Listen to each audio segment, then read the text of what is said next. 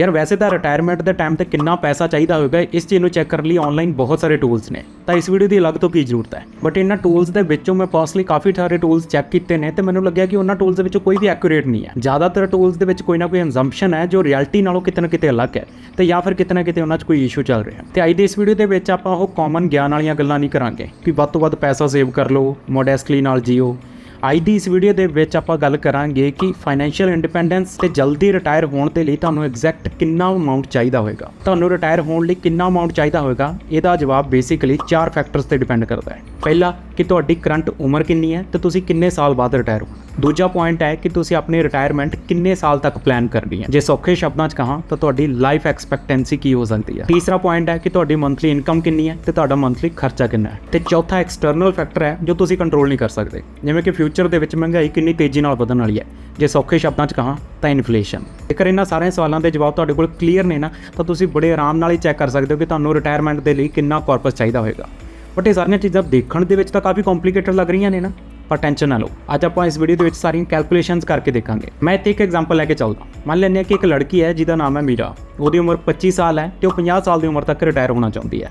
मीरा इस टाइम पर 40,000 रुपये महीना कमा रही है तो वो महीने के जो खर्चे ने वो है 15,000 रुपये। पर मीरा को लगता है कि अगले आने वाले 2-3 सालों च जो खर्चा वो बड़ी तेज़ी नाल वधन वाला है। तो आप मन के चलते हैं कि वो जो मंथली खर्चा है वो है 20,000 रुपये महीना, जो कि साल का हो गया 2,40,000 रुपये। हुण मीरा का जो लाइफ स्टाइल है वो वधिया तो हैल्दी है, तो इस करके उन्होंने लगता है कि वो जो लाइफ एक्सपैक्टेंसी है वो 80 साल तक है। बट फिर भी वो कंजरवेटिवली 100 साल तक अपने रिटायरमेंट प्लान करना चाहती है ताकि अगे जाके कुछ इदा ना हो कि 80 साल बाद वो सारे पैसे खत्म हो जाए। तो जिमें कि मीरा 50 साल की उम्र तक रिटायर होना चाहती है, पर वो ये भी चाहती है कि अगले 50 सालों तक वो पैसा खत्म ना हो। हुण ये सारियां चीज़ां अचीव करने लई मीरा कोल कितना पैसा होना चाहिए। तो देखो इस टाइम पर जो मीरा का साल का खर्चा है वो 2,40,000 रुपये, तो जेकर आप 6% इन्फ्लेशन रेट भी लैके चलते हैं तो 50 साल की उम्र तक ये जो नंबर है खर्चे वाला ये हो जाएगा 10,30,000 रुपये। हुण 50 साल की उम्र तो बाद मीरा का हर साल का 10,30,000 रुपये खर्चा होना शुरू हो जाएगा। हुण सवाल ये होता है कि 50 साल की उम्र तक मीरा ने कितना पैसा कमाना पएगा कि अगले 50 साल तक वो पैसा ही खत्म ना हो। तो इस चीज़ को बड़ी सिंपल तरीके नाल कैलकुलेट करने लई एक सिंपल रूल है जिन्हों कहते 4% रूल। 4% रूल के हिसाब नाल जेकर तुसीं अपने टोटल पोर्टफोलियो का हर साल सिर्फ 4% भी विड्रॉ करते हो तो तुहाडा पैसा कदे खत्म नहीं होएगा। बट अज की कैलकुलेशन के लिए मैं रूल नहीं यूज़ कर रहा क्योंकि इस रूल के दो प्रॉब्लम्स ने। पहला पॉइंट तो यह है कि ये रूल साल का 9 तो 10% अर्निंग मन के चलता है, जो कि हो भी सकता है तो नहीं भी हो सकता। तो दूसरा पॉइंट ये है कि 4% रूल मन के चलता है कि रिटायरमेंट तो बाद तुसीं 25 तो 30 साल तक जियोगे, बट असी 50 साल की प्लैनिंग कर रहे हैं तो ये वाला फॉर्मूला तो इत्थे फेल हो जाता है। तो फिर हुण इस केस दे विच करना की चाहिए, तो इसका सिंपल जिहा जवाब है कि तुसीं अपने कॉर्पस तो कितना रिटर्न एक्सपैक्ट कर रहे हो। जेकर बिल्कुल जीरो रिस्क लैके तुसीं एफडी दे विच अपना पैसा इन्वेस्ट करने का सोच रहे हो तो तुसीं 2% रूल फॉलो कर सकते हो।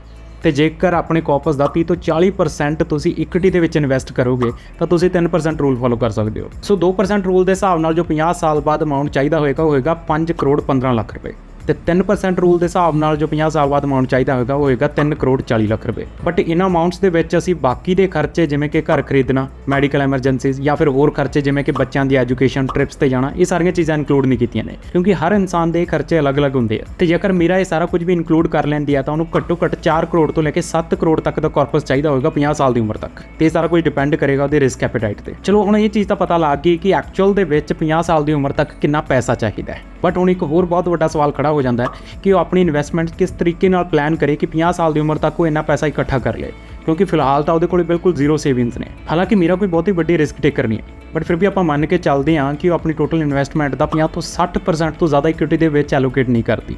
तो जेकर आप 60% भी इक्विटी के विच मान के चलीए, 25% डैट के विच, 10% गोल्ड ते रियल एस्टेट के विच, ते 5% बाकी दी इन्वेस्टमेंट जिमें कि P2P वगैरह, तो इत्थे वो स्टेबल के हिसाब नाल रिटर्नस की उम्मीद रख सकती है। तो जिमें कि तुसीं देख सकते हो कि मेरा तो ओवरऑल पोर्टफोलियो तो टैक्स एडजस्ट करने तो बाद जो रिटर्नस बनते हैं 9.3%, तो आप कंजरवेटिवली इन्हों 9% ही मान के चलते हैं। सो आप कुछ इस तरीके नाल प्लैनिंग करनी है कि 9% रिटर्न के हिसाब नाल अगले 25 सालों मीरा 4 करोड़ तो लैके 7 करोड़ रुपये इकट्ठा कर ले। तो हम देखते हैं कि ये सारा कुछ वो किमें अचीव करेगी। तो मैं इतने 5 करोड़ का गोल सैट करता है, तो टाइम है साढ़े को 25 साल का, तो आप मान के चलिए 9% रिटर्न एनम। सो ये हिसाब नाल मीरा नूं एक SIP करनी पेगी 49,193 रुपये की 25 सालों की। पर मीरा की तो इन्नी सैलरी नहीं है, तो इस केस के मेरे को 2 ऑप्शन है, ਜਾਂ तो रिस्क थोड़ा होर ज़्यादा लै सकती है या फिर अपनी SIP हर साल कुछ परसेंटेज के हिसाब नाल वधा सकती है। तो आप मान के चलते हैं कि मीरा जेकर अपनी SIP हर साल 10% के हिसाब नाल भी वधाउंदी है तो इदा करन नाल उहदी जो मंथली इन्वेस्टमेंट है वो 25,040 रुपये तक आ जाएगी, जो कि अचीवेबल है ਬਟ ਜੇਕਰ ਆਪਾਂ ਉਹਦੇ 15,000 ਤੇ ਖਰਚੇ ਵੀ ਕੱਢ ਦਈਏ ਤਾਂ ਘੱਟ ਤੋਂ ਘੱਟ ਆ ਜਾਂਦੀ ਹੈ। ਪਰ ਜੇਕਰ ਮੇਰਾ ਰਿਸਕ ਥੋੜਾ ਜਿਹਾ ਹੋਰ ਜ਼ਿਆਦਾ ਲੈਂਦੀ ਹੈ ਤੇ 75% ਤੱਕ ਇਕੁਇਟੀ ਦੇ ਵਿੱਚ ਐਲੋਕੇਟ ਕਰਦੀ ਹੈ, ਐਦਾਂ ਕਰਨ ਨਾਲ ਉਹਦੇ ਓਵਰਆਲ ਰਿਟਰਨਸ 10% ਤੱਕ ਵੱਧ ਜਾਣਗੇ। ਹੁਣ 10% ਰਿਟਰਨ ਦੇ ਹਿਸਾਬ ਨਾਲ ਉਹਨੂੰ 21,700 ਰੁਪਏ ਦੀ SIP ਹਰ ਮਹੀਨੇ ਕਰਨੀ ਪਏਗੀ, ਜੋ ਕਿ ਇੱਕ ਕਾਫੀ ਡੀਸੈਂਟ ਅਮਾਊਂਟ ਹੈ। ਬਟ ਮੇਰੇ ਓਪੀਨੀਅਨ ਦੇ ਅਕੋਰਡਿੰਗ ਹਜੇ ਵੀ ਇਹ ਟਾਰਗੇਟ ਬਹੁਤ ਜ਼ਿਆਦਾ ਸਟੀਪ ਹੈ। ਮੇਰਾ ਕੋਲ ਬਿਲਕੁਲ ਵੀ ਬਰੀਥਿੰਗ ਸਪੇਸ ਨਹੀਂ ਬਚੇਗਾ।